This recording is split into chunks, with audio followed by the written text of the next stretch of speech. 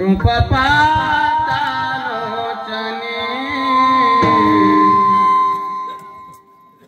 सुख झाली सुख झाली रूप पातालोचने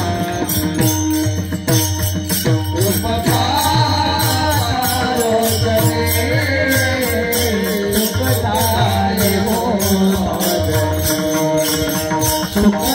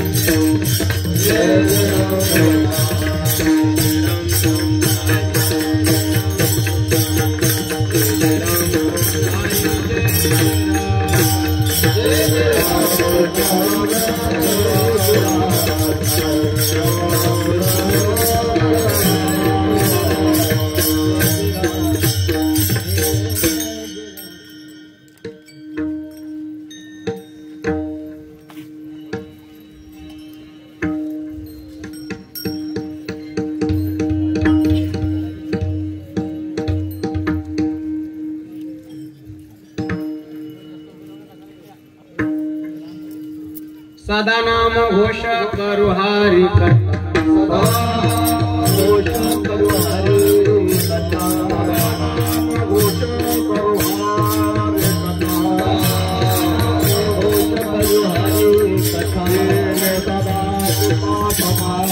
घोष करु हरि कथा सदा चित्ता समाधान सदा चित्ता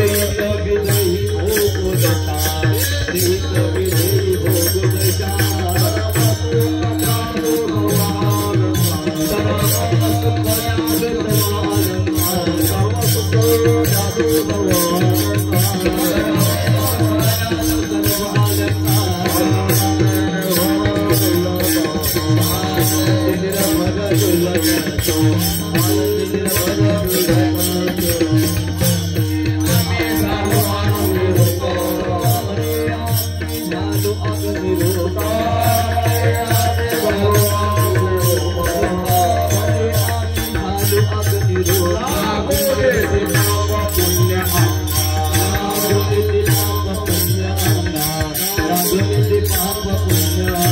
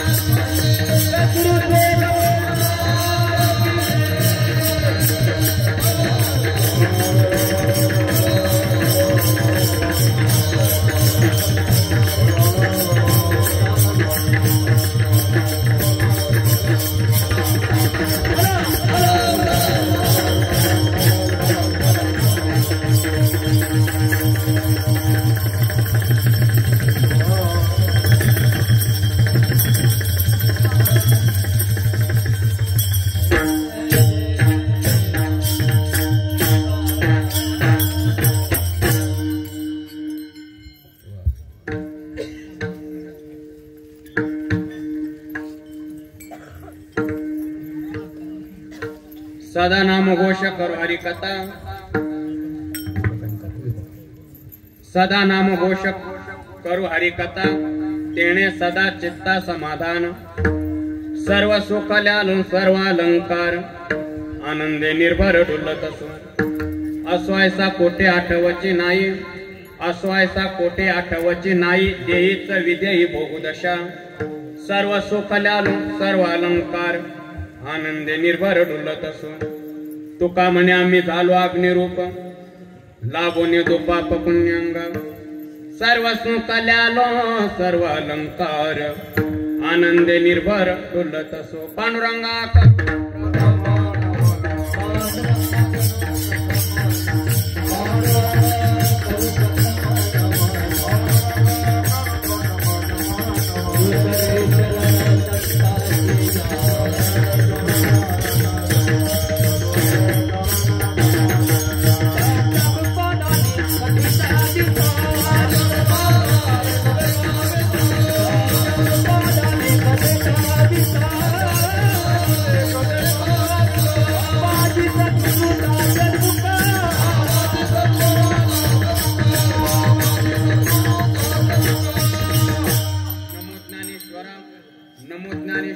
निवृत्ती उदारा सोपान देवा नमो सद्गुरु तो कया ज्ञान दीपा नमो सद्गुरु सच्चिदानंद रूपा नमो सद्गुरु भक्त कल्याण मूर्ती नमो सद्गुरु भास्करा पूर्ण कीर्ती जयांचे केल्या स्मरण वय सकळ विद्यांचा अधिकरण तेचे वंदू श्री चरण श्री गुरूंचे ते नमस्कार होण्याचा सेवे लागी सेवक झालो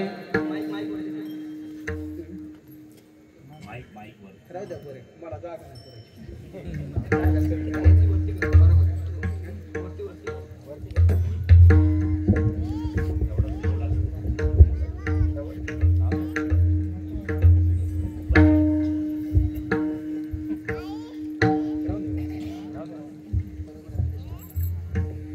सेवे लागे सेवक झालो तुमच्या लागलो निज चरणा आओ स्वामी तुकया देवा यावरी न करावा आवे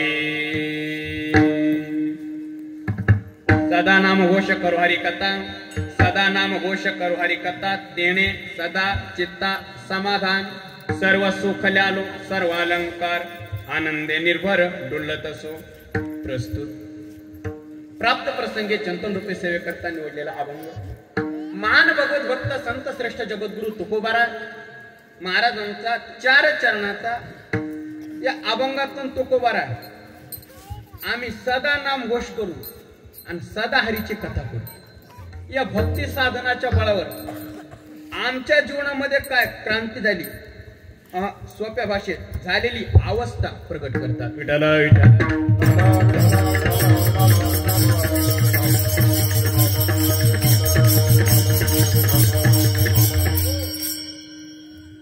अभंगावरती बोलण्यापूर्वी थोडासा पर्याय द्यायचा तो म्हणजे असा अनंत कोट ब्रह्मांड नायक कारण कारण करुणा उरुणालय अखिल गुण निधान भक्त वत्सल जगताधार रुक्मिणी प्राण संजीवन भगवान श्री पांडुरंग परमात्मा कैवल्य साम्राज्य चक्रवर्ती विश्व माऊली ज्ञानोबारा वैराग्य रागरसिक जगतवंद जगद्गुरु तुकोबारा स्वानंद सुख निवासी सद्गुरु जोग महाराज हनुमंतरायाच्या पावन दरबारामध्ये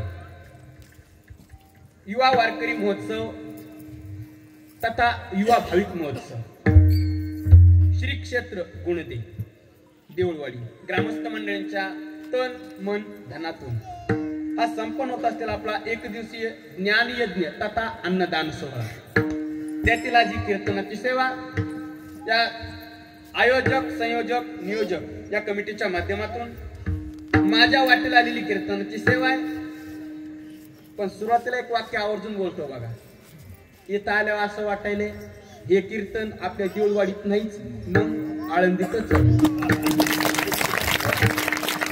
एवढी वारकरी कौतुक करावं तितकं थोडेच बघा ज्ञानोबरांच्या भाषेत सांगू शब्दच अपुरे वर्णन करण्याकरता खरोखर शब्द अपुरे हा प्रवासाचा शीनच गेला बघा विठाला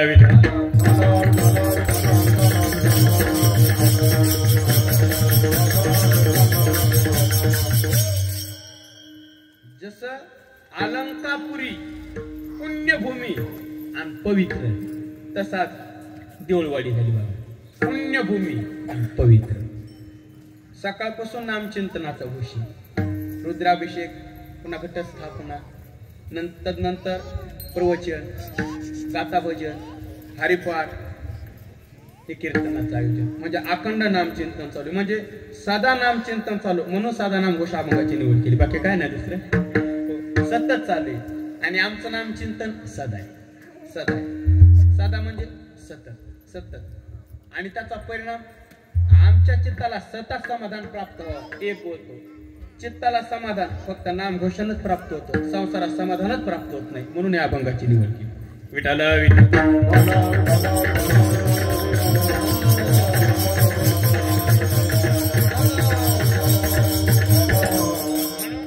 कौतुक करा तितकं थोडे. तुकोबरांचे एक वचन घेतो बघा आणि पुढे चालतो.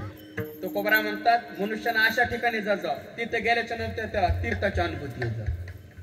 असं वाटायला खरोखर तीर्थक्षेत्र आलो. तुकोबरांचं वचन आहे बघा, जेथे आठवती स्वामीचे ते पाय, जेथे आठवती स्वामीचे ते पाय, जेथे आठवती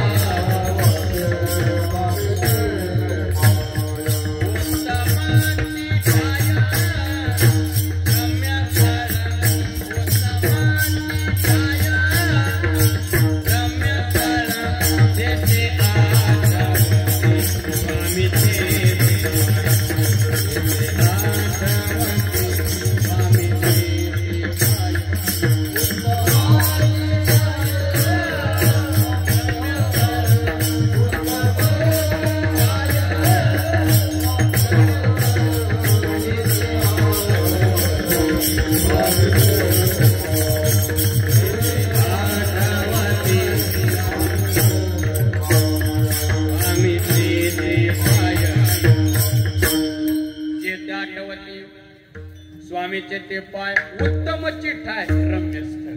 म्हणून कौतुक करावं तितकं थोडे, वर्णन करावं तितकं थोडे. उपस्थित मातृवर्ग असतील, पितृवर्ग असतील, उपस्थित ज्येष्ठ श्रेष्ठ महाराज मंडळी, कीर्तनकार मंडळी, कथाकार, ब्राह्मणाचार्य, भागवताचार्य, उपस्थित वैष्णव टाळकरी तथा मृदंगाचार्य, उपस्थित ज्येष्ठ श्रेष्ठ महाराज मंडळींच्या उपस्थितीमध्ये आपण ही सेवा पूर्णत्वाकडे नेणार आहे. पण चला आता पहिल्यांदा तुमच्या परिसरात आलेलो आहे, त्याच्यामुळे नामोल्लेख काही शक्य नाही. एक काम करतो, इथून तुमच्या सर्वांच्या चरणावरती माथा ठेवतो आणि अभंगात प्रवेश करतो. मस्तक पायावर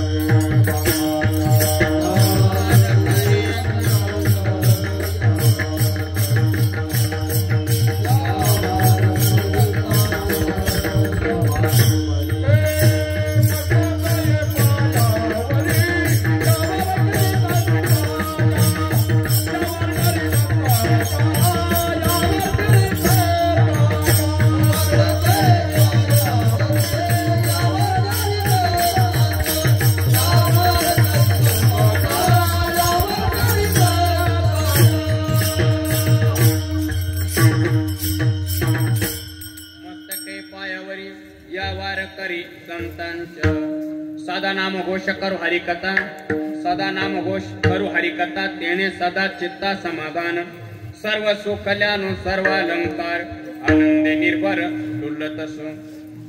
महाराज म्हणतात आम्ही सदा नाम घोष करू आणि सदा हरिकथा करू, सदा नाम चिंतन करू. मी अनेक वेळा सांगत असतो बघा, अलौकिकता आणि अनन्यता या दोन्हीचा समन्वय माणसाच्या जीवनात घडला की माणसाचं जीवन समाधानतेला प्राप्त होतं.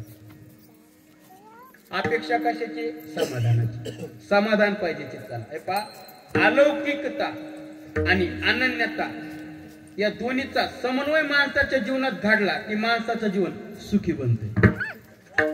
याच्या उलट अलौकिकता आणि अनन्यता या दोन्हीमध्ये जर विन्मुक्ता निर्माण झाली की माणसाचं जीवन दुःखी बनते.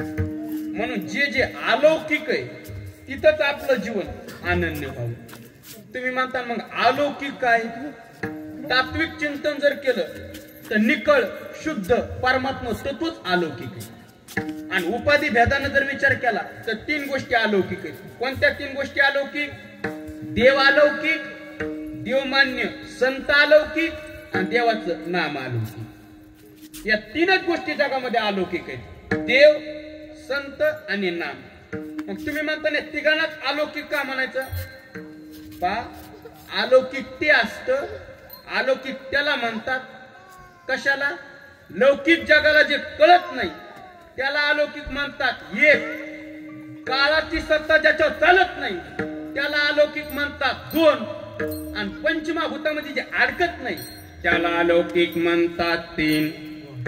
हे 3 निकष ज्या तत्वाला लागू होतात तेच तत्व अलौकिक. याचा विकोप कमी करा, एकदम शांत करा, आवाज परत येऊ द्या. आपण 3 गोष्टी अलौकिक पाहिल्या. देव पाहिलं, संत आणि नाम. या तिघांना अलौकिक का म्हणायचं? लौकिक जगाला या तिघांचं महत्व कळालं नाही म्हणून या 3 गोष्टी अलौकिक. काळाची सत्ता या तिघांवर चालत नाही म्हणून या 3 गोष्टी अलौकिक. आणि पंचमहाभूतामध्ये 3 गोष्टी अडकत नाही म्हणून या 3 गोष्टी अलौकिक. एक एक पाहू. अगोदर देव पाहू, नंतर संत पाहू, नंतर मग चलता आपले नाम पाहू. नाम पाहू. देव पाहू, संत पाहू, नाम पाहू. आपल्याला नामाकडे यायचे. नामाकडे यायचे. गुरुजी आता 3 निकष उचलायचे आणि देवाकडे आणायचे. 3 निकष उचलायचे आणि देवाकडे आणायचे. लौकिक जगाला देवाचं महत्व कळालं नाही म्हणून आमचा देव अलौकिक. काळाची सत्ता देवात चालत नाही म्हणून आमचा देव अलौकिक. आणि पंचमहाभूतामध्ये देव अडकत नाही म्हणून आमचा देव अलौकिक. पहिला निकष, लौकिक जगाला देवाचं महत्व कळालं नाही, खरंच कळालं नाही. संत महात्मे घरी येऊन म्हणले देव घ्या कोणी, देव घ्या कोणी. लोक काय म्हणले? देव न लगे, देव न लगे. का? महत्वच कळालं नाही म्हणून आमचा देव अलौकिक. पहिला निकष संपला. दुसरा निकष, काळाची सत्ता देवावर चालत नाही म्हणून आमचा देव अलौकिक. काळाची सत्ता देवावर चालत नाही, नाही चालत. थांबा, उलट हा काळच देवाच्या घरी काम करण्यासाठी ठेवलेलं गडी. म्या बोलविल्या वेदो बोले, म्या चालविल्या सूर्य चाले, म्या हलविल्या प्राणू हाले, जो जगात ते चालिता. म्याचे नेमिला साता, काळोग्रासी तसे भूता. काळाची सत्ता देवावर चालत नाही म्हणून आमचा देव अलौकिक. लौकिक जगाला देवाचं महत्व कळालं नाही म्हणून देव अलौकिक. काळाची सत्ता देवावर चालत नाही म्हणून आमचा देव अलौकिक. आणि तिसरा निकष,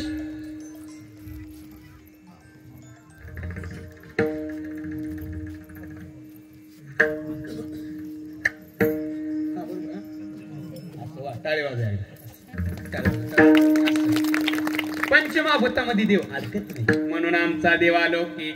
पंचमहाभूतात देव अडकत नाही. पंचमहाभूत कोणती? पृथ्वी, आप, तेज, वायू आणि आकाश. याच्या देव अडकत नाही. पृथ्वी, आप, तेज, वायू आणि आकाश. मला आकाश म्हणजे ते डोक्यावर नाही जाय, मंडपावून जाईल पण त्याला मंडपच नाही हो, डायरेक्ट आकाशातून जाईल जाता बागे. पृथ्वी, आप, तेज, वायू आणि आकाश. गुरुजी पंचमहाभूतात देव अडकत नाही अडकत. कसा अडकण आप्पा? उलट पंचमहाभूत देवानं निर्माण केलेले आणि तो कशाला याच्यात अडकण? जेने विश्व निर्मिले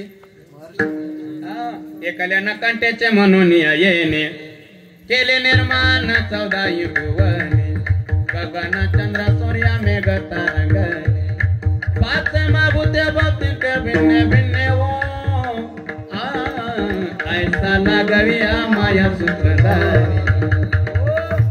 विश्वाच्या रूपानं तो नटलेला आहे आणि देव कशाला पंचमहाभूतात अडकण? ज्ञानोबा काय म्हणले? ज्ञानोबा म्हणले एकदा आकाशाला लपाछुपी खेळा वाटली म्हणजे लपाछुपी आकाशाला. आता मला सांगा या आकाशानं लपायचं कुठं? कारण ज्याच्या आड लपायचंय तो त्याच्यापेक्षा व्यापक तर पाहिजे ना. पण आकाशानं लपायचं कुठं ते सांग. ज्ञानोबा गोड बोलले बघा 14 अध्यायामध्ये. ज्ञानोबा म्हणले आकाश सुद्धा परमेश्वराच्या आड जाऊन लपत. नभ तुझ माझी खेळे लपी थपी. ज्ञानोबा रामानं म्हणजे पंचमाभूतात देव अडकत नाही. विश्वाच्या रूपानं तो नटलेला आहे. देव नटला नाना परी, काना नटणार तो नटधारी. तो कामाने नटधारी, तो कामाने नटधारी.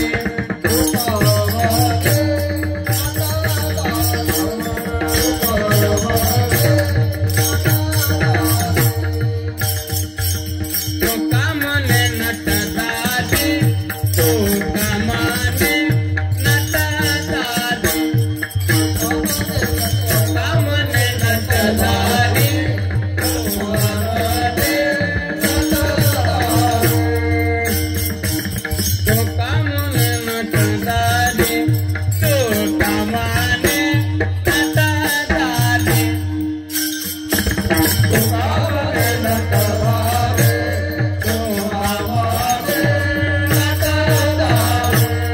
भोग भोगुनी ब्रह्मचारी, भोग भोगुनी ब्रह्मचारी. भोग भोगुनी ब्रह्मचारी. नवन केवडे, केवडे नवन केवडे, केवडे नवन केवडे, केवडे नवन केवडे,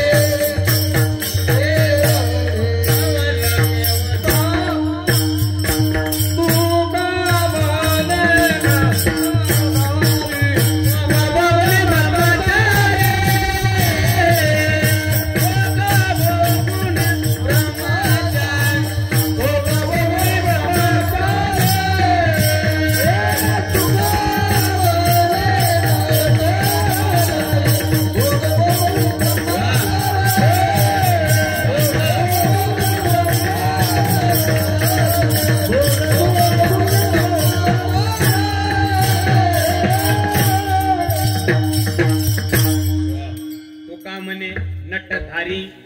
विश्वाच्या रूपानं परमात्मा नटलेला आहे आणि तो कशाला पंचमाभूतात अडकन नाही अडकत. गुरुजी आमचा देव पंचमाभूतात अडकत नाही म्हणून आमचा देव अलौकिक. लौकिक जगाला देवाचं महत्व कळालं नाही म्हणून देव अलौकिक. काळाची सत्ता देवात चालत नाही म्हणून आमचा देव अलौकिक. आणि पंचमाभूतात देव अडकत नाही म्हणून आमचा देव अलौकिक. चला देव अलौकिक कळाला, कळाला. घ्या आता देवाला माग घेतलं. आता संतांना पुढे घ्या, संतांना पुढे घ्या. जसा देव तसे संत. आता तिन्ही निकष उचलायचे आणि संतांकडे आणायचे. लौकिक जगाला संतांचं महत्व कळालं नाही म्हणून संत अलौकिक. काळाची सत्ता संतांवर चालत नाही म्हणून आमचे संत अलौकिक. आणि पंचमाभूता संत अडकत नाही म्हणून आमचे संत अलौकिक. पहिला निकष, लौकिक जगाला संतांचं महत्व कळालं नाही. खरंच कळालं नाही. महत्व कळालं असतं तर त्या त्या काळात विद्वान लोकांनी संतांना त्रास दिलाच नसता. महत्व कळालं असतं तर ज्ञानोबरांना कमी त्रास दिला का? तुकोबरांना कमी त्रास दिला का? नाथ महाराजांना कमी त्रास दिला का? मला तरी कमी आहे का? पण मी कोणाला सांगत नाही. महत्वच कळत नाही म्हणून संत अलौकिक. पहिला निकष संपला. दुसरा निकष, काळाची सत्ता संतांवर चालत नाही म्हणून संत अलौकिक. काळाची सत्ता संतांवर चालत नाही. थांबा थांबा थांबा. गुरुजी जसा हा काळ देवाच्या घरी काम करण्यासाठी ठेवलेला गडी आहे का, तसा संतांच्या घरी. काळ गुलाम सलाम करी तो कया घरी. जगा काळ काय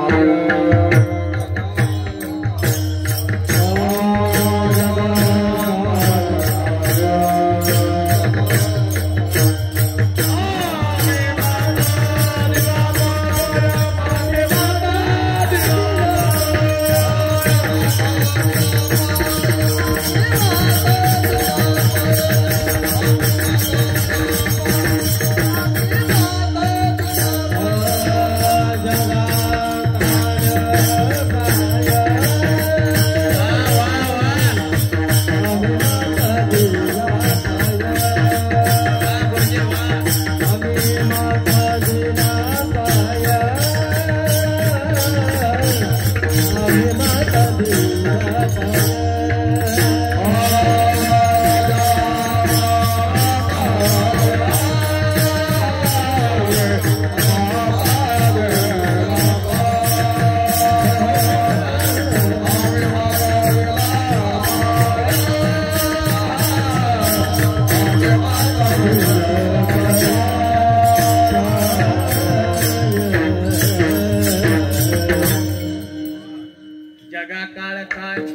माता दिला पाय. म्हणजे काळाची सत्ता संतांवर चालत नाही म्हणून संता लौकिक. चला, लौकिक जगाला संतांचं महत्व कळालं नाही म्हणून संत अलौकिक. काळाची सत्ता संतांवर चालत नाही म्हणून संत अलौकिक. आणि तिसरा निकष, पंचमहाभूतात संत अडकत नाही म्हणून संत अलौकिक. जसा देव पंचमहाभूतात अडकत नाही तसे संत सुद्धा अडकत नाहीत अडकत. थांबा, उलट आपल्याकडे इतिहास आहे कोणता, या पंचमहाभूतानच आमच्या संतांनी जिंकलेले. कसं जिंकलेले साहेब? पृथ्वी, आप, तेज, वायू आणि आकाश, पृथ्वी या तत्वाला, पृथ्वी या भूताला माझ्या ज्ञानोबारांनी जिंकलेले. समाधी, ज्ञानोबारांनी आपला देश पृथ्वी तत्वात रोहित केलेला आहे. ज्ञानदेवे घेतलेले दान, हृदय धरून या ध्यान, समाधी बसला निर्वाण, कथा कीर्तन करीतो बाबा बाळ छंदो. म्हणजे पृथ्वी तत्वाला ज्ञानोबारांनी जिंकले. दुसरा आप, आप म्हणजे पाणी, पाणी या तत्वाला शांती ब्रह्म नाथ महाराजांनी जिंकले. नाथ महाराज गंगेच्या प्रवाहात उतरले, खाली उतरले, खाली उतरले आणि आपलं शरीर पाण्यात विसर्जित केलं. म्हणजे पाणी तत्वाला नाथ महाराजांना जिंकलं. तिसरं तेज, तेज या तत्वाला चित्काला मुक्ताबाईंनी जिंकलं. मुंगी उडाली आकाशी, तेज तत्वाला मुक्ताबाईंनी जिंकले. चौथं वायू, वायू या तत्वाला श्री संत जनार्दन स्वामींनी जिंकलेले. जनार्दन स्वामींनी आपला देहच वायू तत्वात विसर्जित केलेला आहे. पृथ्वी तत्वाला ज्ञानोबारांनी जिंकलं, पाणी तत्वाला नाथ महाराजांनी जिंकलं, तेज तत्वाला मुक्ताबाईंनी जिंकलं, वायू तत्वाला जनार्दन स्वामींनी जिंकलं आणि शेवटचा आकाश, आकाश या तत्वाला माझ्या जगद्गुरु तुकोबारांनी जिंकलं. अनुर येणूया तोकडा आकाश सदैव वैकुंठ गमन. म्हणजे मला सांगा, संत पंचमहाभूतात अडकतात का? नाही अडकत. म्हणून आमचे संत अलौकिक, संत अलौकिक. चला, संत अलौकिक कळाले, कळाले. घ्या आता संतांना घेतलं माग. आता नामाला पुढे घ्या, नामाला पुढे घ्या. जसा देव तसेच संत, जसे संत तसंच नाम, तसंच नाम. आता आपल्याला अभंगात यायचे. गुरुजी तिन्ही निकष उचलायचे आप्पा, नामकरणाची. लौकिक जगाला नामाचं महत्व कळालं नाही म्हणून नाम अलौकिक. काळाची सत्ता नामावर चालत नाही म्हणून देवाचं नाम अलौकिक. पंचमहाभूतात नाम अडकत नाही म्हणून देवाचं नाम अलौकिक. पहिला निकष, लौकिक जगाला नामाचं महत्व कळत नाही, खरंच कळत नाही. नामाचं महत्व कळालं असतं तर लोकांनी देवाचं नाव घेतलं असतं. लोक कीर्तना सुद्धा घेत नाही. आपण घेतो का? नाही, आपण कुशाल नाही म्हणतो. नामाचं महत्वच कळत नाही म्हणून नाम अलौकिक. पहिला निकष संपला. दुसरा निकष, काळाची सत्ता नामावर चालत नाही चालत. जशी देवा काळाची सत्ता चालत नाही, जशी संतांवर चालत नाही, तशीच नाम सुद्धा चालत नाही. संपूर्ण जगा भाजपची सत्ता आपली काळाची सत्ता आहे. काळाची संपूर्ण जगा काळाची सत्ता आहे. नामावर नाही, नामावर. हा, ज्ञानोबारांचा अभंग आहे ना. ज्ञानोबारा म्हणली गुरुजी सगळं संपून जाईल पण नाम नाही संपणार. 4 खाणी सांगितलं बघा ज्ञानोबारांनी. अंडज, जारज, स्वेदज, उद्बीज आटे, हरिनाम ना आटे ते बरवी. शरीर आटे, संपत्ती आटे, हरिनाम ना आटे ते बरवी. रखमा देवराचे नाम ना आटे मोठे, योगे गेली परिभाविते. मोठे नाही. रखमा देवराचे नाम ना आटे, योगी गेली परिभाविते. सगळं संपून जाईल, देवाचं नाव नाही संपणार. अवघाचे आकार ग्रासियेला काळे, अवघाचे आकार ग्रासियेला काळे, अवघाचे आकार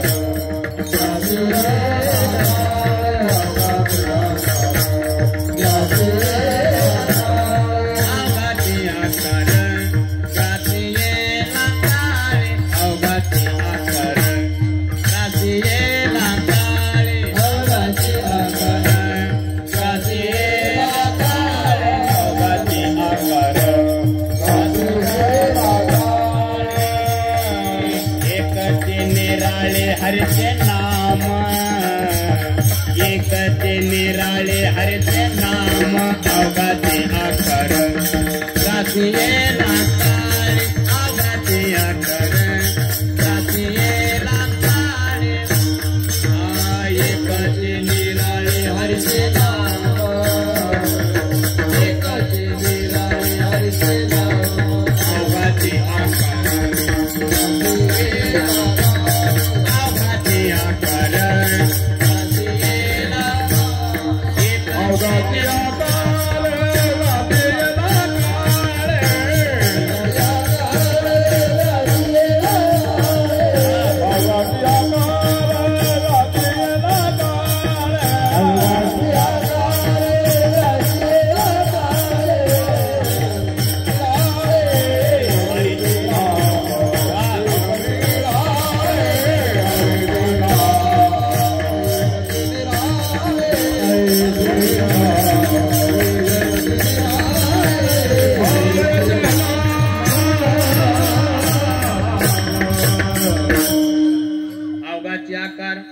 ग्रासेला काळे एकचे निराळे हरीचे नाम.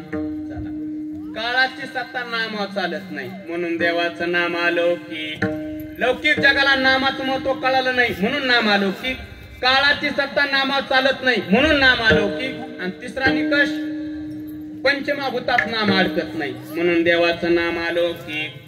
जसा देव पंचमहाभूतात अडकत नाही, जसे संत अडकत नाहीत, तसं नाम सुद्धा अडकत नाही. नाही अडकत. आपल्याला शाळेमध्ये इतिहास शिकवला जातो बघा. भगवंताचं नाम कसं पंचमहाभूतात अडकत नाही पहा. गुरुजी, पृथ्वीपेक्षा पाणी 6 पट व्यापक आहे. पाण्यापेक्षा तेज 6 पट व्यापक आहे. तेजापेक्षा वायू 10 पट व्यापक आहे. वायूपेक्षा आकाश अनंत पटीने व्यापक आहे. आणि आकाशापेक्षाही गगनाहून वाढ.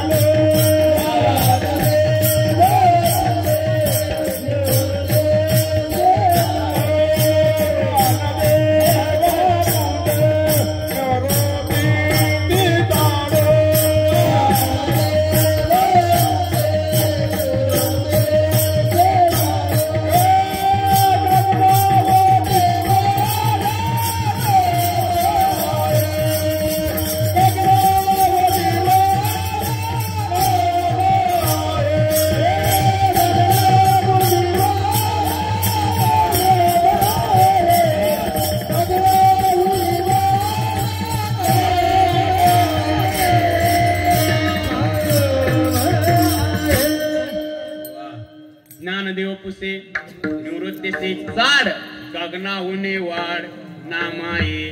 म्हणजे पंचमहाभूतात नाम अडकत नाही म्हणून देवाचं नाम अलौकिक.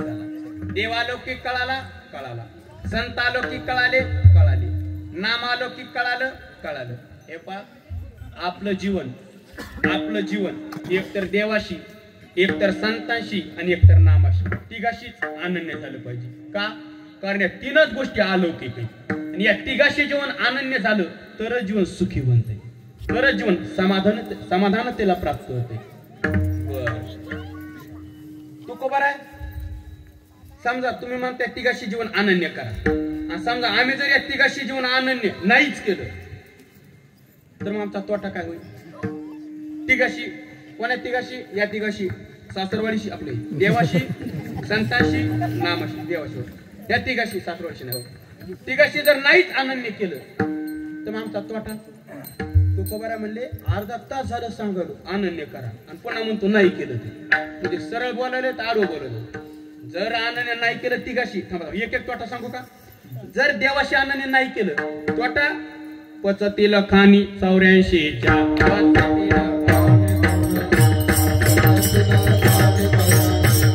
विसरले तया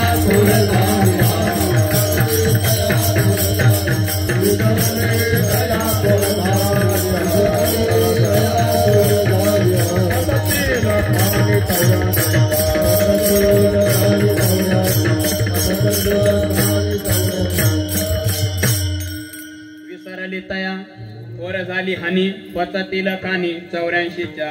जर देवाशी दोन अनन्य नाही केलं 84च्या खाणी भोगावं लागतं. हा तोटा आहे. बरं तुकोबरा जर संतांशी जीवन आनंद नाहीच केलं तर मग तोटा. तुकोबरा म्हणजे जर संतांशी आनंद जीवन नाही केलं उद्धारच होणार नाही. म्हणजे उद्धाराचे ठाव नाही भाग्य हिना विनमुख चरणा संतांची या उद्धार होणार नाही हा तोटा आहे. म्हणजे बरं तुकोबरा जर नामाशी जीवन आनंद नाही केलं तर मग आमचा तोटा. तुकोबरा म्हणजे नामाशी जीवन आनंद नाही केलं तोटा.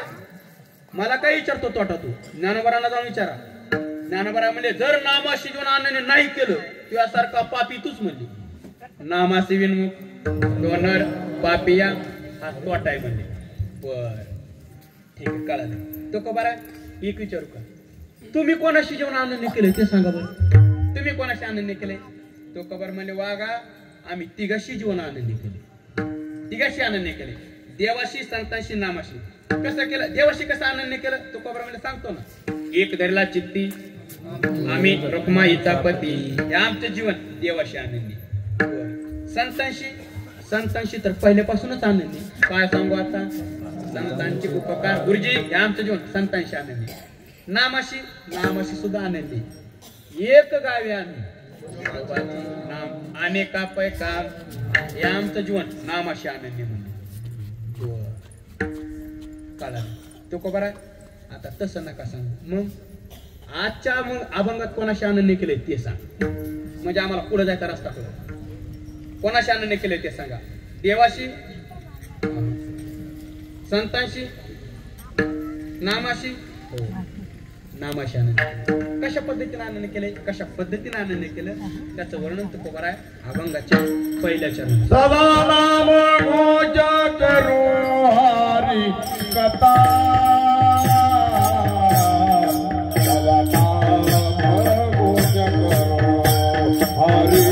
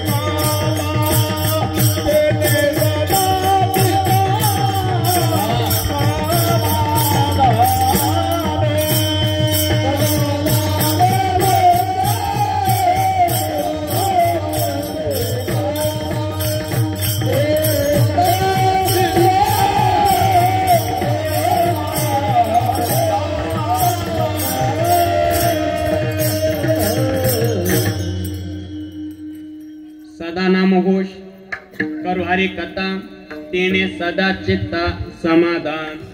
तुकोबरा म्हणले आम्ही जीवन नामशाननी केले. सदा नामघोष करू म्हणजे सदा नामघोष करू हरिकथा. नामघोष सदा करू म्हणजे सदा म्हणजे सतत. सततम कीर्तयम तो माम. सतत नाम चिंतन करू. तरी कीर्तनाचे नटनाचे नाशिले व्यवसाय प्रायश्चित्ताचे म्हणजे सतत नाम चिंतन करू. म्हणून सदा सुखे शिव ब्रह्मानंदा गाऊ राम नाम सदा. सदा शब्द येतो म्हणजे सदा करू. किंवा एका जनार्दनी नित्य हरीचे कीर्तन. आशनी शेनी सदा हरीचे चिंतन सदा करू. धोरणे श्री हरी जपे सदा.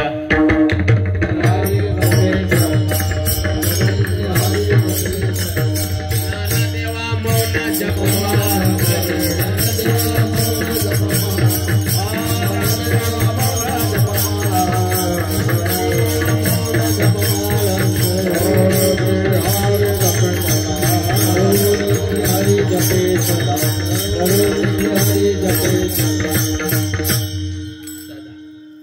जपे सदा. सतत मंत्रा जपावा सर्व काळ सदा. सर्व काळ शब्द आहे. कधी का अखंड शब्द आहे. अखंड खंडेना जीवन. रामकृष्ण नारायण म्हणजे सदा. हो नामाचा उच्चार रात्रंदिवस म्हणजे सदा. सदा नामघोष करू. बरं सदा हरीची कथा करू. नामघोष सदा करू. हरीची कथा सदा करू. कथा करू. कथा करू म्हणजे म्हणजे नाही नेमकं कथा म्हणायचं कशाला. सदा कथा करू पण कथा म्हणायचं कशाला ते तर सांगा ना. ऐका ऐका. जिथं तीन गोष्टी एकत्रित येतात त्याला खऱ्या अर्थानं कथा म्हणतात. कथा त्रिवेणी संगम देव भक्तानी नाम तिचे उत्तम चरण रज वंदिता. कथा त्रिवेणी संगम देव भक्त आणि नाम. महाराज म्हणले कथे तीन गोष्टी असाव. कथे देव असाव कथे भक्त असाव आणि भक्ताच्या मुखात नाम असाव.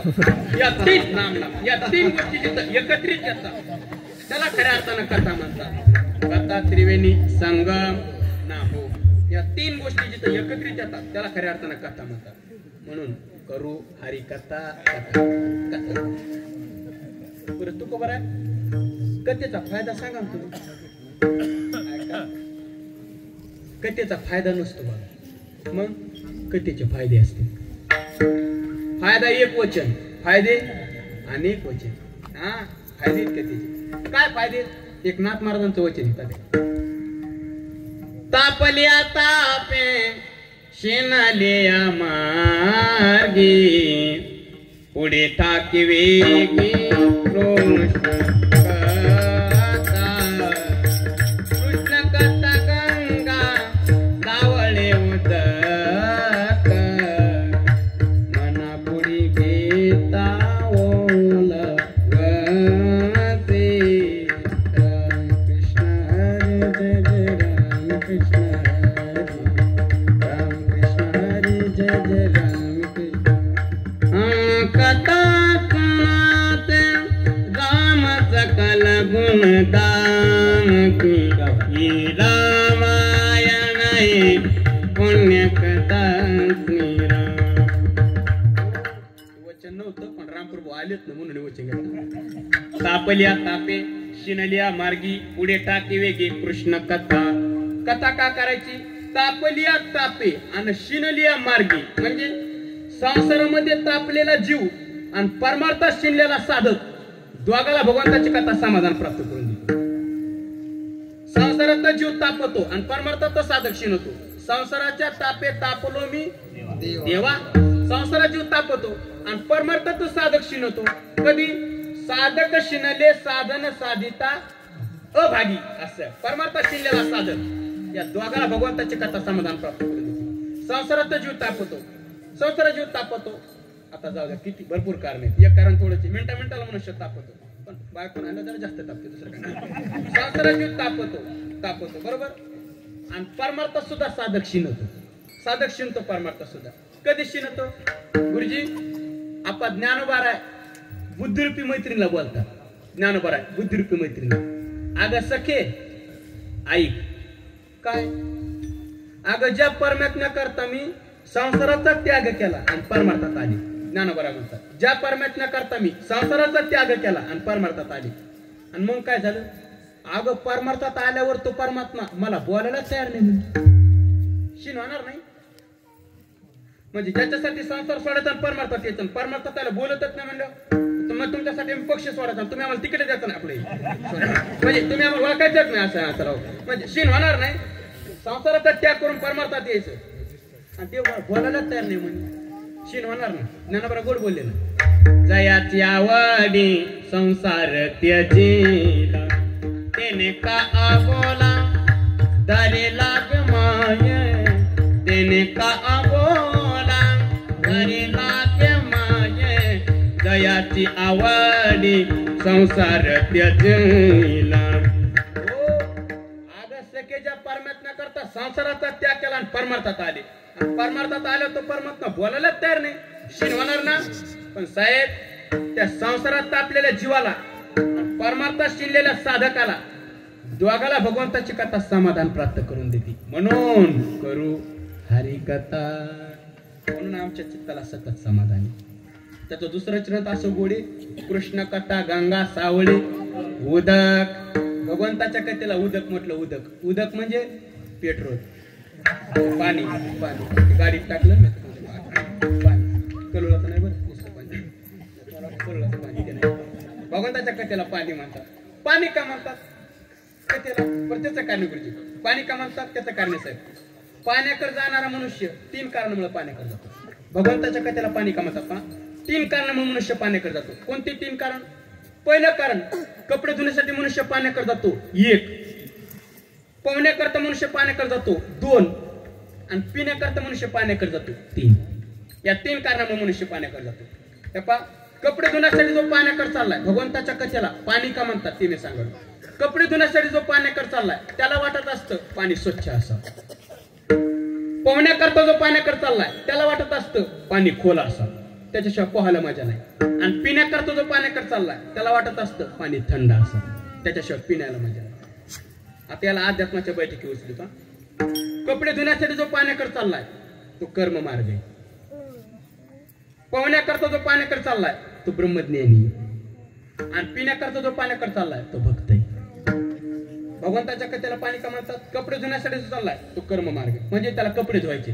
कपडे कपडे म्हणजे घरचे नाही रगील गोधडील हे घरचे कपडे नाही धुवायचे मग अंतकण रूपी चादरी धुवायच्या.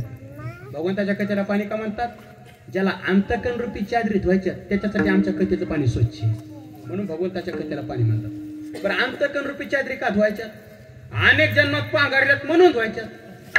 एक एक योनी कोटी कोटी अनेक जन्म घेता आलो मग आता चादर मळालेत ना. आणि येरी तरी आपले चादर कशी ते अंतकण रूपी चादर कानुबा तुझी घोंगडी आणि आमाशी आता बरोबर आहे का? मग मळाली नाही अनेक जन्म घेतलेत ना. हिंडता गवाने गा सिनलो ये रजा हो दुरोनी आलो मेगा दुरोनी आलो मेगा कस काय ते मला जुळत अनेक जन्म घेतलेत. मग चादर मळालं का नाही गुरुजी? मळालंय ना मग याला धुईचंय बघा याला धुईचंय. मग कुठं धुईचं? आमच्या कथारूपी पाण्यात धुईचे का?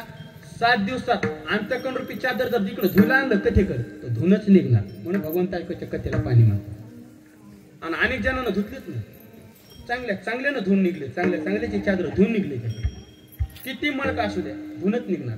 कोणी कोणी धुतले? हे धोताले हरिश्चंद्राने तारामतीने रोहिदास याला मळवू नका कोणे याला मळवू नका कोणे माझे गोधरी दागे तुम्ही हिलावू ना कोणी आना कोणी अनेक जन्मात पांघरले ते धुवायचेच ना बरोबर आहे का? अनेक धुनच निघणार म्हणून भगवंताच्या कथेला पाणी म्हणतात.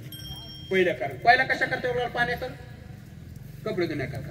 दुसरा कशा करता लागला पाण्याकर पोहण्याकरता.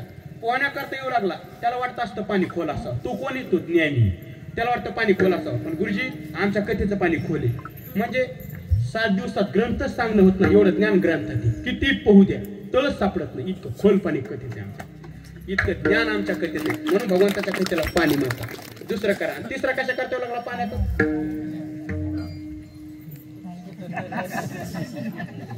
पाणी निवडू तिसरा कसा करता पिण्याकरता येऊ लागला तो भक्त आहे बाबा म्हणत असतात कपडे दूध बसण्यापेक्षा आणि पोहत बसण्यापेक्षा 7 दिवस कथेचं पाणी पिऊनच घ्या माणसाने आणि त्याला भक्त म्हणतात म्हणून आम्ही कथा करू म्हणून भगवंताच्या कथेला पाणी म्हणतात म्हणून करू हरिकथा सदा नाम घोष करू सदा हरीची कथा करू त्याचा परिणाम तेने सदा चित्ता समाधान आमच्या चित्ताला सतत समाधान आहे कशामुळं नामचिंतनामुळं कथेमुळं हे बोलू का ऐकणार वर्ग खूप चांगला आहे थोडं धाडस करूनच बोलतो गुरुजी समाधान प्राप्त होत असेल तर नामचिंतनच होते तुकोबारांची भाषा आहे तुकोबारा देवाला भांडले देवाला म्हणले देवा ब्रह्मज्ञानाच्या बाबतीत सांगूच नको गाडी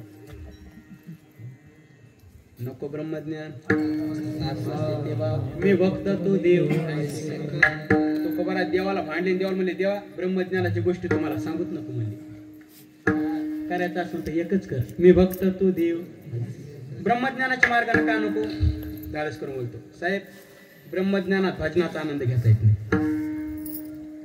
ब्रह्मज्ञानात भजनाचा आनंदच घेता येत नाही का घेता येत नाही ब्रह्मज्ञानात वृत्ती शिल्लक राहत नाही तर भजनाचा आनंद घेता कसा वृत्ती ते निवृत्ती झाली जनना दिसे देते ब्रह्मज्ञानात वृत्ती शिल्लक राहत नाही भजनाचा आनंद घ्यायचा कसा वृत्ती शिल्लक राहत असेल तर फक्त भक्तीतच राहते म्हणून तर म्हणले ते माझे हरी वृत्ती राहो वृत्ती राहो बरं पण कुठं राहो मी सांगतो ना समाचरणा दृष्टी विटेवरी समाचरणा दृष्टी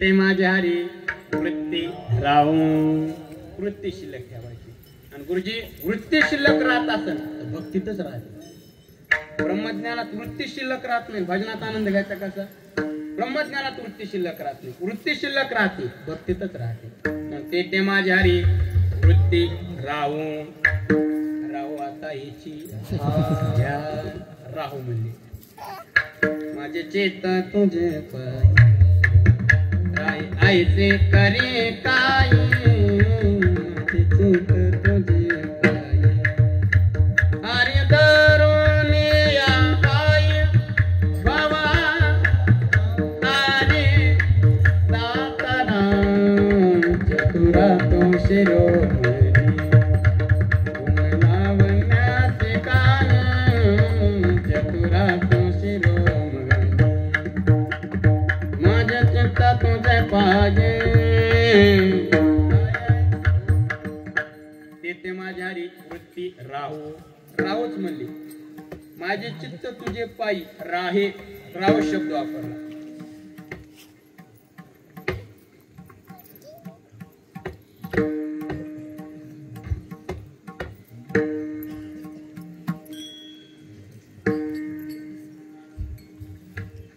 विठाल विठाल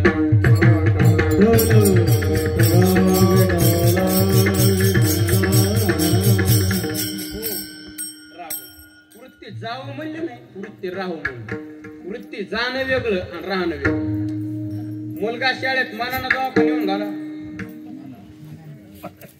नाही नेऊनच घाला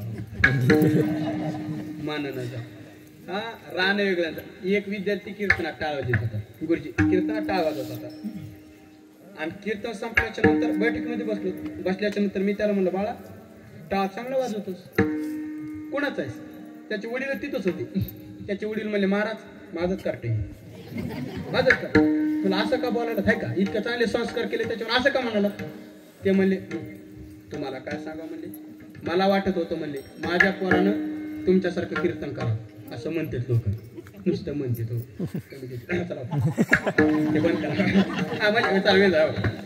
मला वाटत होतं माझ्या मुलानं तुमच्यासारखं कीर्तन करा म्हणलं मग झालं काय झालं म्हणजे यानं कीर्तन शिकाव म्हणून मी याला 5वीलाच असताना आळंदीला नेऊन बरं टाकलं म्हणलं मग झालं काय झालं म्हणजे राहिलंच नाही तिथं हा मुलगा तिथं राहिलाच नाही म्हणजे आळंदीला नेऊन ठेवण्याचं काम कोणाचं आहे सासऱ्याचं बापाचं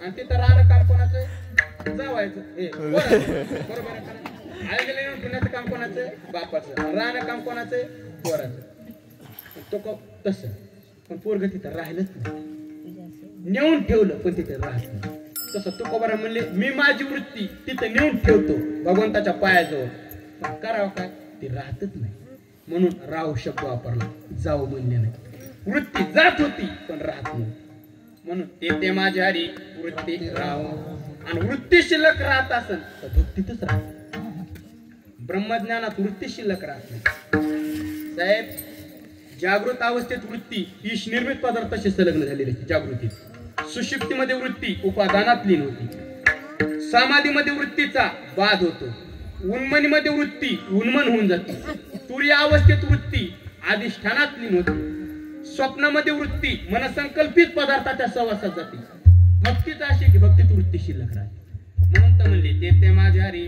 वृत्ती राव तुकोबरा देवाला म्हणले देवा ब्रह्मज्ञानाच्या बाबतीत तुम्हाला सांगूच नको म्हणजे ब्रह्मज्ञानाच्या गोष्टी मला सांगूच नको म्हणजे म्हणजे ब्रह्मज्ञानाच्या गोष्टी मला सांगू नको हे फक्त तुकोबारांनीच म्हणा बरं हो ज्याचा हरिपाठ सुद्धा पाठ नाही त्याचे काम नाही खरंच नाही बरोबर आहे महाराजांनी म्हणा काय सांगू नको म्हणजे मनातलं सांगू का म्हणले मने भक्तीची आवडी मनात भक्तीची आवडी ज्ञानाच्या बाबतीत काय सांगू नको न लगे मुक्ती नकोच मुक्ती हा न लगे मुक्ती धन बी नको ती बी का नको मी अनेकला सांगत असतो थोडं विषयांतर 5 मिनिटं घेतो धन बी नको का नको मी अनेकला सांगत असतो धनाचा असे मला सांगा बया सकाळी सूर्य उगवला झाडाची सावली कोणा दिशेला राहते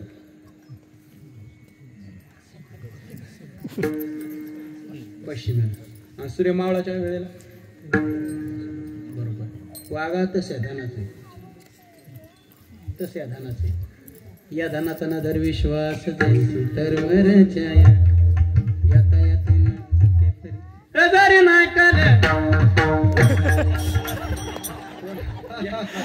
ते तुम्ही बोल घ्या त्यामुळे मला आघात आनंद दिले नसताना तरी विश्वास आम्ही टाकायचा